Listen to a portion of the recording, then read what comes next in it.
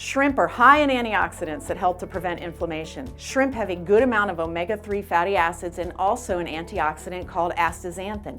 And astaxanthin is a carotenoid pigment that's found in salmon, yeast, algae, trout, and shrimp. Shrimp may benefit brain health and may protect against chronic disease and neurologic disorders.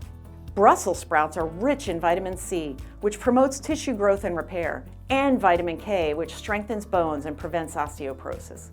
Brussels sprouts are antioxidant rich, which helps to neutralize free radicals and to reduce inflammation. And the high fiber content aids in digestion and maintaining a healthy blood sugar level.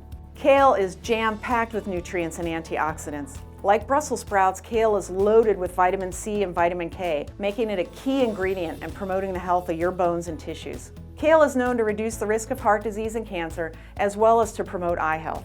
Cauliflower is a fantastic substitute for higher calorie alternatives, such as potatoes and grains. Cauliflower is high in fiber, which makes it a hearty and satisfying base for the dish, but the high fiber content also aids in digestion and in lowering inflammation.